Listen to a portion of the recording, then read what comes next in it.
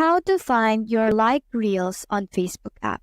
Now let's say you want to find the reels that you have liked on your Facebook account or your Facebook app. All you have to do in order for you to find that is to tap on this main menu button right here and scroll down to the very end until you see Settings and Privacy.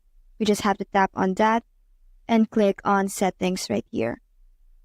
Now, the next thing to do is to scroll down until you find your activity section where activity log is located.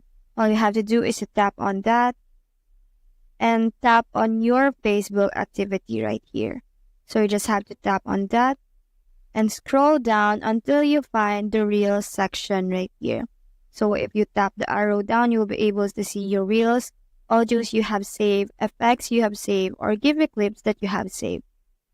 So all you have to do in order for you to see the liked Reels that you have on your Facebook app is to tap on Manage Reels right here.